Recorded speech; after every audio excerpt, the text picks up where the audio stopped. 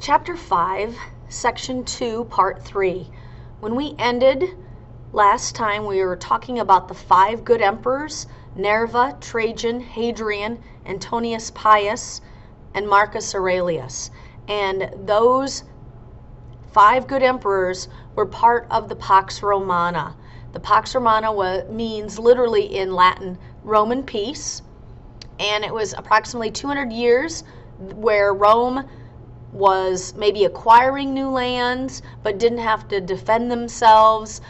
They created new programs to help all of the poor, because as their population was acquiring, they also were acquiring, more poor.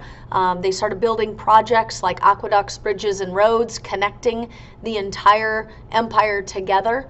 And so you need to know the dates of 27 BC to 180 AD. All right, so now I'm going to talk a little bit more about those good emperors and give you a little bit more detail. Trajan, the second of the good emperors, was the leader of Rome when Rome was at its height, when it was at its largest point in history, and that was at 116 AD. And so Trajan added Dacia, which is present-day Romania, added in Mesopotamia, but unfortunately they also lost Mesopotamia before he died in 117. And he also acquired lands in the Sinai Peninsula. So those will be places that you'll need to label on the map as well. The picture on the right is a statue of Trajan, and the other 2 pictures are of Trajan's column found in present-day Rome. The one on the left is the full picture of Trajan's column, and the one in the center gives you more of a detailed picture of the intricacies, and it tells the story during Trajan's rule on it. All right, so our map, we needed to add Dacia and Sinai Peninsula. We already have all of these locations on the map. So Dacia, or present-day Romania, is located there. And the Sinai Peninsula is, of course, part of modern-day Egypt. All right, the next of the good emperors that we're going to elaborate on is Hadrian.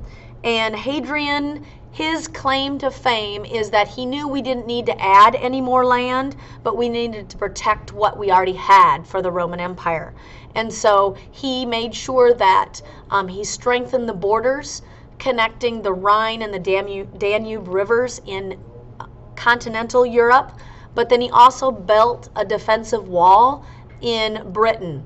And he built that, or it started the construction in 122 AD, and that was basically to keep the Scots from the northern part of the island out of the Roman Empire, because they kind of were, just kind of pesky enemies, and they kept trying to enter Britain and acquire Britain and have Rome lose it.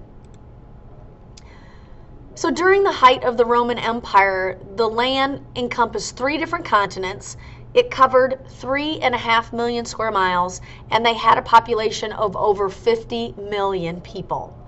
How can you make 3.5 million square miles that encompass 3 different continents, a lot of different ethnic groups, under one rule? Well, they had to do that by trying to create unity.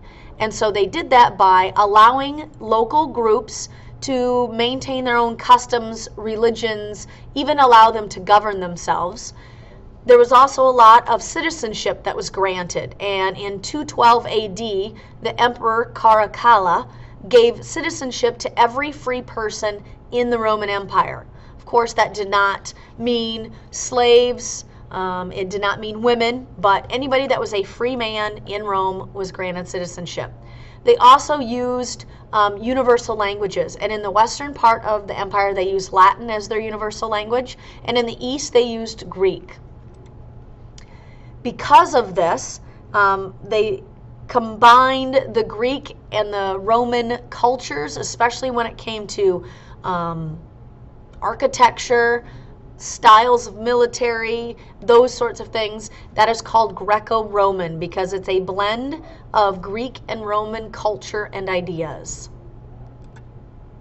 All right, so on our chart comparing Greece to ancient Rome, ancient Greece, of course, anything dealing that we study about ancient Greece is called Greek. Anything we study about ancient Rome is called Roman, and when you blend it together, it is called Greco-Roman. Another way that they unified this large empire encompassing 3 continents was making sure that the cities were all set up very similarly. Every city would have a forum where the government would take place. Every city would have Roman baths. Every city would have an amphitheater or an arena for entertainment purposes. They all had very similar setup, and so this spread a lot of the culture throughout the entire Roman Empire by making sure that all of these cities in this empire was set up similarly. All right, so we have this large empire. What was it like?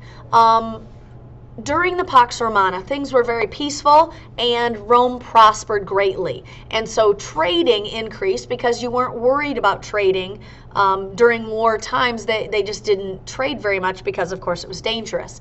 So they used roads that were already constructed, and they linked China to the Roman Empire by using the Royal Road. And they also brought in grains from Egypt, and so that allowed them to, of course, feed their over 50 million people. Farming, however, was still a mainstay for the Roman people, and most people were still farmers. And the small farms really were mostly in northern Italy, and those were called latifundia. Latifundias are large landed estates. I would equate it to southern plantations here in the United States. Those plantations, they used slave labor, and they farmed perhaps different things than they did in ancient Rome, but here they did mostly animals. And again, there was still a huge difference between the rich class and the poor class, and that caused a lot of issues.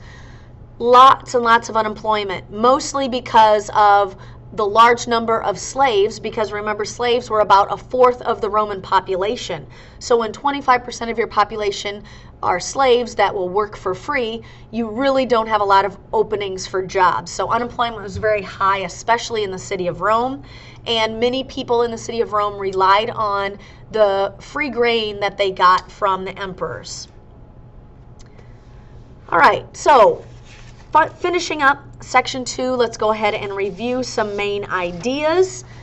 The government that was by 3 people with equal power. Again, look at the prefix of tri. That's a triumvirate. An absolute ruler is a dictator, and that is probably a different meaning today. Number 3, military unit of about 5,000 troops is a legion. An imperator is a commander-in-chief, and it's where we get the word emperor from. And Rome's first emperor was Octavian, and he changed his name to Caesar Augustus. Number 6, the Pax Romana was A period of peace and prosperity beginning in 96 AD. Hadrian's Wall was a defense against what group of people? Scots. Large landed estates in Italy were called B, latifundia. Augustus's new political system allowed emperors to choose their successors. They made sure that they chose qualified people, not just people who were related to them. And all of the following are true except which one? A, most Romans also spoke Greek. That was only done in the East. All right, so there's quite a few people here. You have 22 different people that you need to have. You have 11 different vocabulary words, and you have 8 different contributions. Now remember, when you do the worksheet, okay, when you do those worksheets, what you need to do is explain briefly who those people were and what groups they belong to. Study them as groups. So if they all belong to, if somebody belonged to a first triumvirate, second triumvirate, these kind of emperors, those kind of emperors, tell me that, but they give me a little something about them as an individual. Vocabulary, just simply briefly define those words. And contributions, tell me how they're used today. Mostly in the United States, but they can be used pretty much anywhere else. How are they a contribution to our lives and our way of doing things today?